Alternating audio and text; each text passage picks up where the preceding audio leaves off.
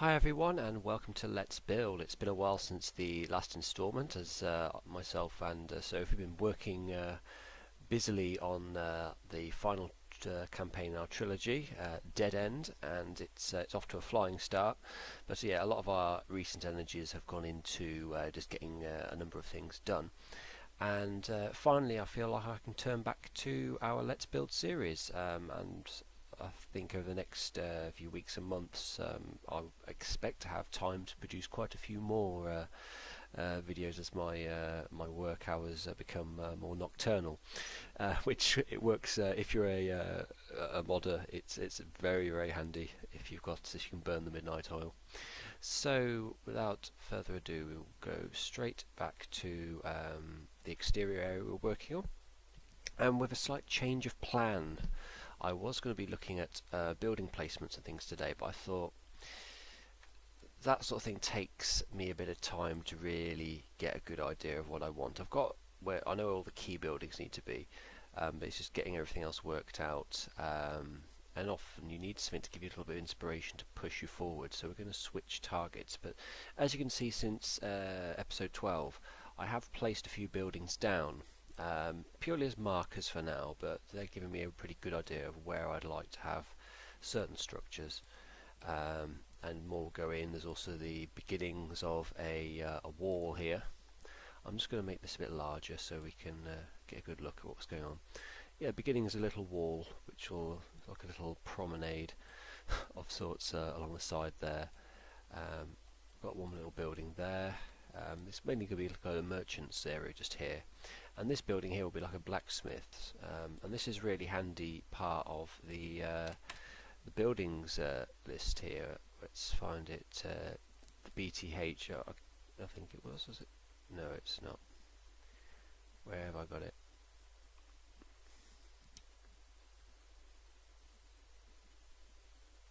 BCK. There you go. That's a really handy part of the kit, because you have these sort of modular buildings. As you can see here, I mean that's a house there, but adjoined to it you have a roof, purely the roof of that, and that bolts down onto this bottom piece, which is the actual blacksmith itself. So there's a number of building kits in that placeable set that allow you to sort of create modular buildings. It's a good way of making sure some of your buildings don't always look the same. So that's well worth a try if you want a bit of variation in your towns and cities and villages. So we've got that there, so we know that's going in. We put our steps in an earlier video, and I had a little play around this corner here. I couldn't help it. I was just thinking, oh, this is all rather samey. So I thought, right, okay, we'll cut this great big hole in the cliff here, and we'll have a rope bridge, because I wanted a rope bridge. It's something I had in my head that I particularly wanted. And I just realised that the original plan didn't have that. So it was very simple. All I did, I just got an eyedropper, flattened it down to sea level, smoothed off some of the harsh edges, and just dropped a house down on the end there. And we'll do something with that. That's also come about from a sort of a plot or a story that we want to have within. That's just a small side quest sort of thing. So I thought we'd get that in just for break things up and a bit of variety. And obviously the town itself still needs to be built up in this area just here around the inn, and the inn, speaking of which, I will just for now, off camera, we've been looking at the inn. The inn's called the Northern Girl, and what we've been trying to do is create an interior that matches sort of the look of the building on the outside. So very early stages, but I was having a kick around the other evening, and we've got like this basic layout for this interior. I like to do interior, like multi-level interiors in just one area. I just don't like having to keep loading areas in between all the time. So what we have here is the ground floor to the left hand side. So so far it's just texturing and tints, and also we've added windows. So we've actually matched where all the windows are on the outside of the building, which is always handy. And then you've got like the centre part, which is raised above the ground. There's obviously an outside door, so we've mirrored that in there. And this was the right hand side, which has one guest room in it, so we'll probably have some little communal sort of seating areas there, people playing cards or whatever. And then this is the upper floor where most of the guest rooms can be found. So again, just got the general appearance of it all just right in here so far. It's, we haven't, you know, gone into any detail. We'll probably put in little placeable details in some point soon. But yeah, I just thought I'd show what's going off camera with this little project, because I think the nature of this project will become more apparent as we go along, and certainly as our main work on the campaign trilogy draws to a close. This will become the active project. And then we've got like a little basement level down here. We have all kinds of little storage down here. So you can see the inns. It's a large building in terms of levels on it, but its role in the this little campaign is quite important. So we've put a bit of time into that. Well, yeah, I thought it was just a quick little kick around. So yeah, sorry for the lack of videos of the last 3 weeks, but I think they'll start to appear at a more steady pace now. So the change of plan is, rather than focusing on placing lots of buildings down right now, I figured what we'll do is there's an opportunity to learn two things, and that would be texturing, but also water as well. So we're going to focus purely on the sea and the texturing and colour tinting, just to get that part in a more or less complete state. Obviously open to edits and changes later on if we have the need. But what we're going to do right now is we're going to decide on a first off a cliff-like texture that we want on all these cliffs around here, and then we'll apply it to the sea level areas, and we'll get the water in with the right settings, and we will use colour as well to enhance the look of the sea. Now, I'm not much of a water expert, but my more recent exploits of water have been somewhat more successful than others. So right now we've got this sort of a dirty sand-like floor, but what we're looking for is a rock colour, and I've just seen a little spike on the floor. I'm going to destroy him. Where are you? Give me a brush. Paint. There we go. Go away. Right. So we need a texture, and remember that we have a limit of 6 textures. So with this, we need to choose wisely. So I love saying choose wisely. Anyway, let's see if we can find a wise choice of cliff or rock. That's going to be suitable for this area, but then again we can always use colour to get the rock the sort of colour that we want.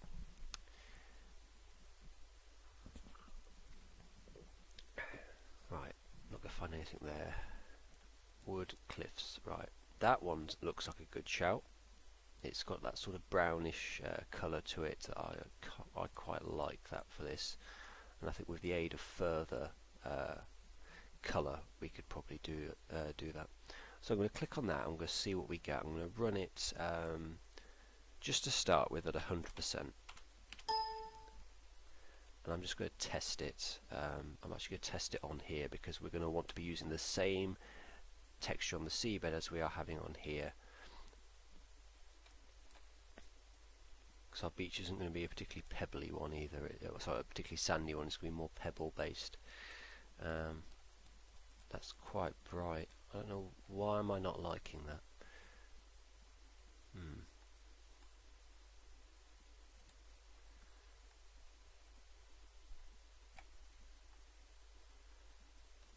Let's pop it in, let's spread it around. That's what you can do. So I'm kind of getting ahead of this. I have this terrible habit of just doing things and not explaining what I'm doing.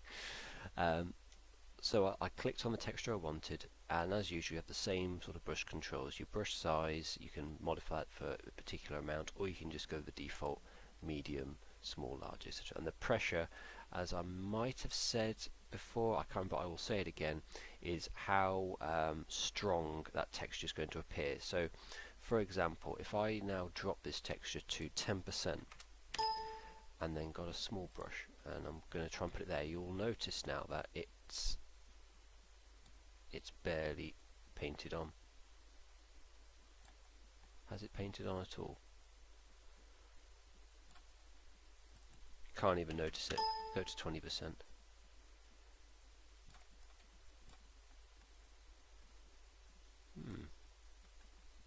Okay, nothing really seems to happen there.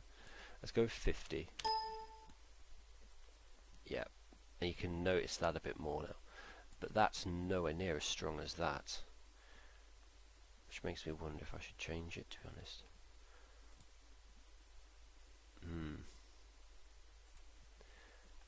I'd have to go in game and see how that actually looks. It just looks strange, that does.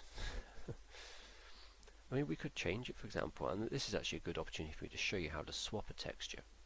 So with select terrain enabled, click on the tile where the texture can be found there, and if you scroll down here, this gives you a list of the textures that are in use. So we have 4 textures that we're not using. 4 textures there. So we've got 4 available textures, and these are the 2 we're using. So the TT GD Dirt 30 is our base texture that we set in the previous video, and this one Cliff 2 is the one that we just applied. Now if I want to swap that texture, I can just do a straight swap. I'm going to click on that, and then we're going to do swapper. And here we go. Now we can, this is what we have at the minute, what we're using already, and this is what we want to replace the texture with. So we can go all the way down here,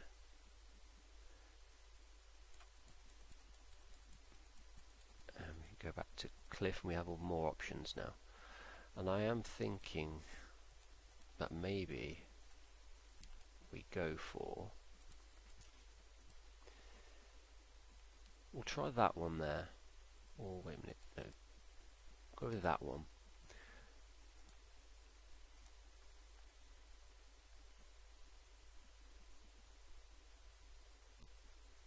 That one seems a bit better.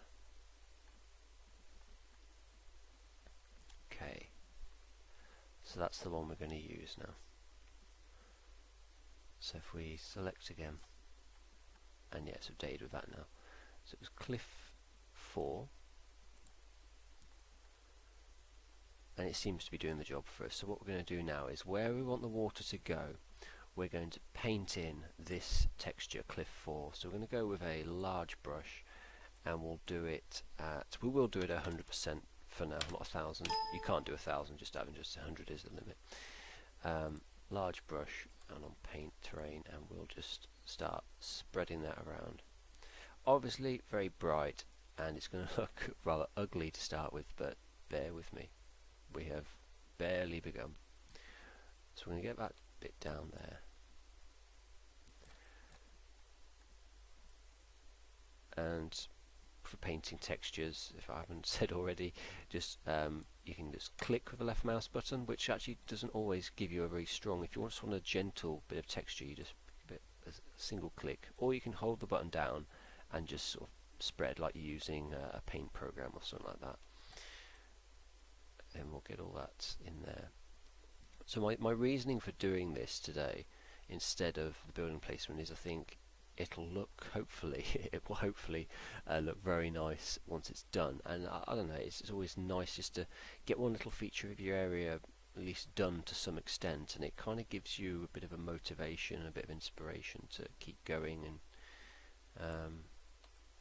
And because, you know, I want the view from the village down to the sea to be particularly, you know, really eye-catching, I figured, well, let's get the sea area done. I think that'll be, you know, should be really nice. Might have some more flattening work to do here, but whatever, we'll just extend the brush size now, and we'll get this bit here covered in.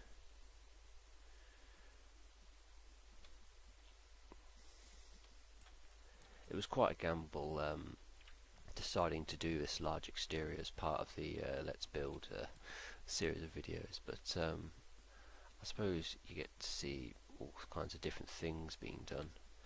I could easily have just done a small area, maybe in hindsight, maybe I should have done that, but I don't know, I'm not exactly, I haven't planned much of them in advance. I'm just kind of doing it on the fly sort of thing. I mean, I have a plan, you know, for what, in terms of what's being made, but in terms of the actual tutorial side of it, it's kind of, I'm just dealing with topics as they come up. But yeah, this was a good opportunity just to pick up some new stuff to cover, you know, actually make sure each video has something new in it, rather than just watching me paint things down. I mean, if you enjoy watching me work, then great, you know, keep watching.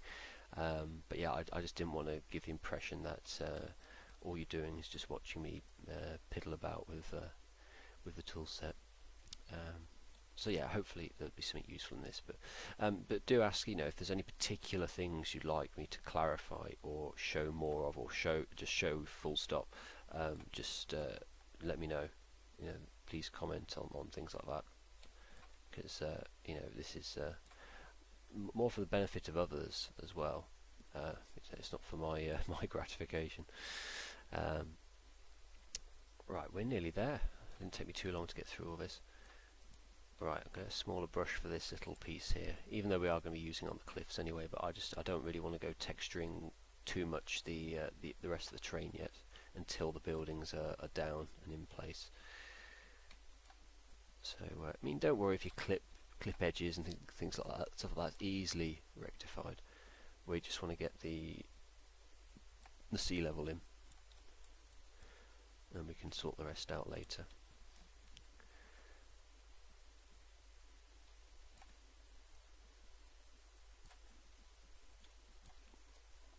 Okay, and that is that.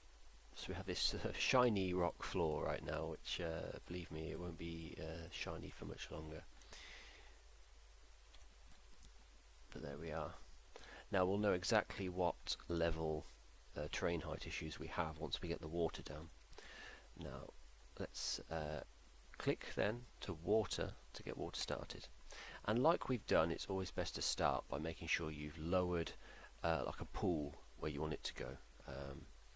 But you know, it can always be chopped and changed and sorted out later. So we're on water, and as usual, you've got your brush size and your outer brush size, and the height is the important thing here. So what height should the water be at? Because that's the height the water will be painted at. So you certainly don't want water floating up in the air unless you're creating some kind of I don't know, some very strange magical world, or I don't know, the player's supposed to be in the influence of some very powerful drugs or something like that. But you know, I'll leave that for you to decide. Sounds interesting, actually. I might give that a spin. Right, height. So this is a way of determining your height. You can go back to terrain, flatten, and eyedropper, and we'll hit it, because this is where the top level of water is going to be. So I'm going to say there, just below the surface, and that's giving me a height of minus 0.4125. So back to water, minus 0.4125, and that's set. So it will paint to that height now. And we have some other considerations here as well, which we're going to come to. First, the colour of the water, like a tint of the water. For now, I'm going to leave it at that. In fact, I'm going to be leaving everything as the default for now, but we will be able to modify the water settings later on. Oh, that's a nice sip of coffee there. Now then. So we've got all kinds of settings here. So the ripple, how much you want it to ripple, and in which direction, so on the x-axis or the y-axis. Now if I remember maths from school, which yeah, you're asking for trouble there, x would be that way and y would be that way. That is north facing, so I'm guessing y would be either, you know, positive and negative, and x would be negative and positive. Correct me if I'm wrong. That's my basic understanding. Either way, I just piss around the settings until it flows in the right direction I want. You'll see for yourself later. So don't feel like you have to, know the precise nature of those. Don't worry too much. Smoothness. So whether you want the water to be particularly choppy looking or very calm. Refraction and reflection bias. I believe the more you turn it that way, which towards, where's the dial? More towards refraction means it's more likely to, I think it's to do with the lights and the sort of bouncing off it and things like that, or sort of shininess perhaps. And reflection, which I tend to use more than refraction anyway. Reflection is how do you want the water to reflect things next to it more than I don't know, the light shining off it, that kind of thing. I might need clarification on that one. I'm not entirely sure, because I've tended to use more to the bias of reflection. And then refraction or reflection power, so whichever bias you've moved towards, how powerful that is. So if I go for full-on reflection and I went for full-on power, it means that if I have a character or a tree or a house next to some water, you'll get a really strong reflection of that object in the water. But for now we're just going to drop them back to the default pieces there. And next you've got water layers. This is pretty cool, this is. So the water technically has 3 layers to it. Daunting at first when you look at it, but this is some really good stuff here. So you can control the scroll direction of each layer. So think of the water when you look upon it as there's actually 3 pieces, the 3 layers. You know, there's a first texture, but underneath it there's another directly underneath it and one directly underneath that, and that can give the impression of sort of deep water or fast flowing water, that kind of thing. So what you can do is, first of all, you can control the scroll direction of the water, so basically which way it appears to be flowing. Maybe it's not flowing anywhere, in which case you'd want your X and your Y to be bang on in the center, I think, and you'll see as we're working on it anyway, but that can keep it calm, or you can really have it sort of flowing in one direction. So like a river, for example, you'd want to be able to carefully get that into position, and once you've got the water painted down, you can edit it on the fly and you can observe how the water's flowing then. The scroll rate, so how fast it's actually flowing, so that's the direction it's flowing, that is how fast it's going to flow. And then the angle as well, so if you want it, that adds a further bit of precision to where the water's flowing. And here you've got like a sort of a model for how you want the water to appear. So you can have different appearances on each level, which can add to the depth and detail of the water. Obviously with sea, we're going to be wanting something that looks quite deep and broad.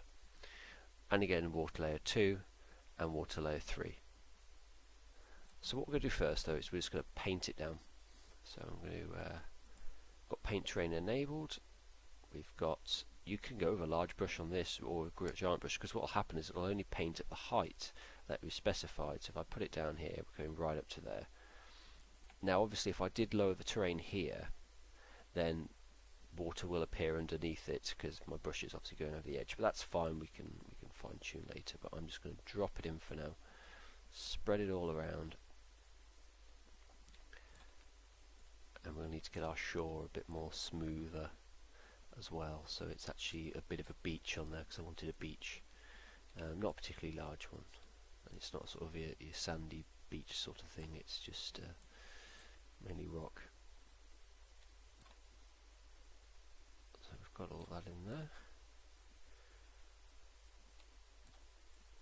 looking good. Obviously we can add rocks into the water later on as well, but for now I thought we'd just get this nice sort of a big blue ocean in place and take it all from there. I just think it would be a nice touch for the area, because the sea part of the area is very simple. You know, the player doesn't really have much interaction with it, because it's mainly on the borders of the area and on the beach. But you know, obviously they've got a very nice view of it all from the village itself, and I think it'd be nice to actually be able to see the sea in place as we're doing buildings, because then we can use the visuals from, you know, the sea and the beach to kind of help judge the best place for some of these buildings and things to go.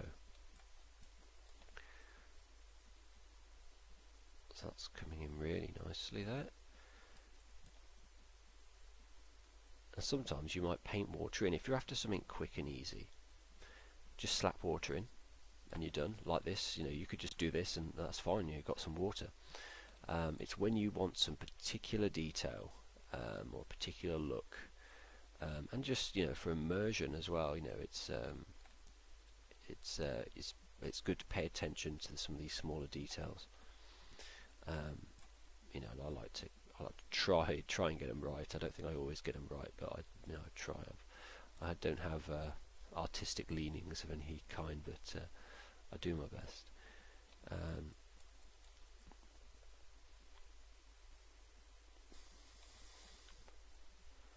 Okay, that's all nearly in. And what we can do in a moment is we can edit one of the water tiles, and then we can just copy that around all the others. So there we are. A very basic task complete there. We've got water. There's still a lot to do. We want to get this looking how we want it to. Now this is going to be quite difficult to edit in daylight. I tend to find if I go to nighttime, it's a bit easier on the eyes to edit.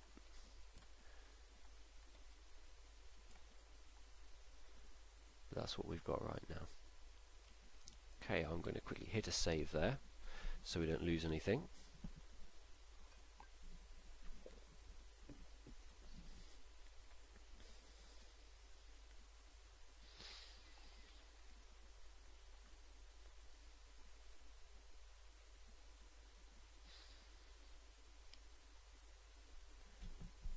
And what we'll do is we'll begin by editing one of our tiles with water on. So water can be modified once it's been placed, or before. We could have set it before, but I thought we'd get it down first so we can just compare. And with select terrain enabled, you click on a tile that's got water on it. So this one here, that's water, obviously is subject to the mega tile that it's on. So we've selected this mega tile here, and if we were to make changes to the water in this tile, only this water here would be affected. This would remain as it is here unless I painted that immediately onto the others, and it would just update.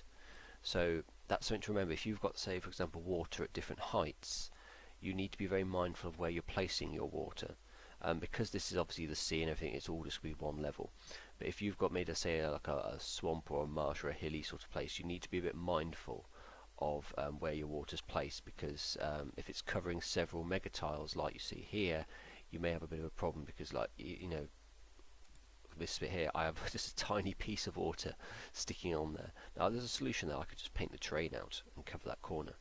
But because, like I said, it's a beach, it's one level, it's not important. But if you've got waterfalls, or you know, a little pond here, a little pond there, or whatever, a stream, you need to just think about heights and where exactly the water is flowing from. Because if you've got, say, a little a hill and a little mini lake there or something like that, and then you've got a stream running through there, well, you can only have one height. So yeah, bear that in mind. So let's edit the water. Now I've got it to night time, which is generally, I find a bit easier to edit water with. And we're going to click on that mega tile here. So it's the initial water rushing to the shore there. And for the start, we're definitely going to want the water flowing towards the shoreline. Which means it ain't going to look absolutely perfect, if I'm honest, because we're going to have water flowing in there, but we can't have it split off and go to different sides. But what we can do with this bit here is we'll just have it moving in slowly. We're going to have some docks in place anyway and stuff soon, so it's not too important. But yeah, that's what we'll do then. We'll get this sorted out here. So here we go. We've got that there, and we've got the ripple. And even as you turn the dial, you can see a little bit of movement in the water in terms of which way the ripple's going. But we're not going to play that too much. And then we've got the Y.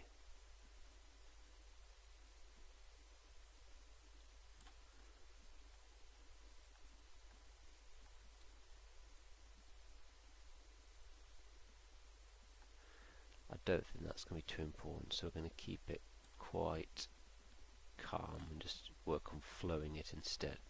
Now the smoothness, turn that up, and if you turn it to 1, it's actually still. You wouldn't think it was there even. It's absolutely still.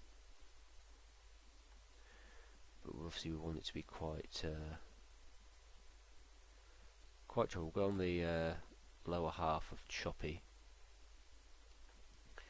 and then reflection and refraction and reflection. Well, I don't think we want much reflecting off it, so we're going to go towards refraction, and we'll give it a moderately highish sort of power. We'll just see how that looks in game before, we can always change that.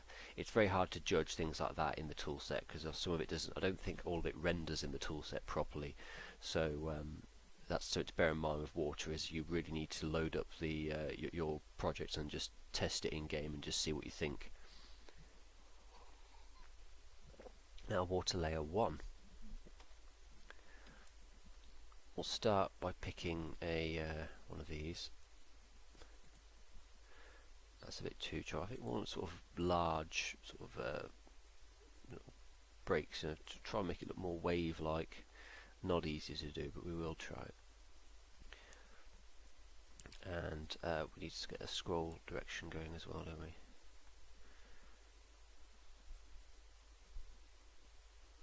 Just go with angle. And one way to help you make sure it's flowing in the right direction is to turn the scroll rate up stupid high and then play around with the angle. And you can usually make out which way it's going.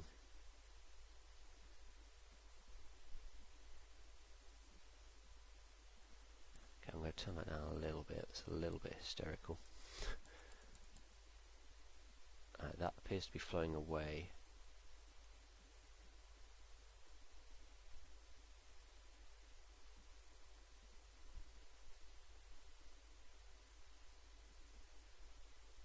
Oh, I think I had it then.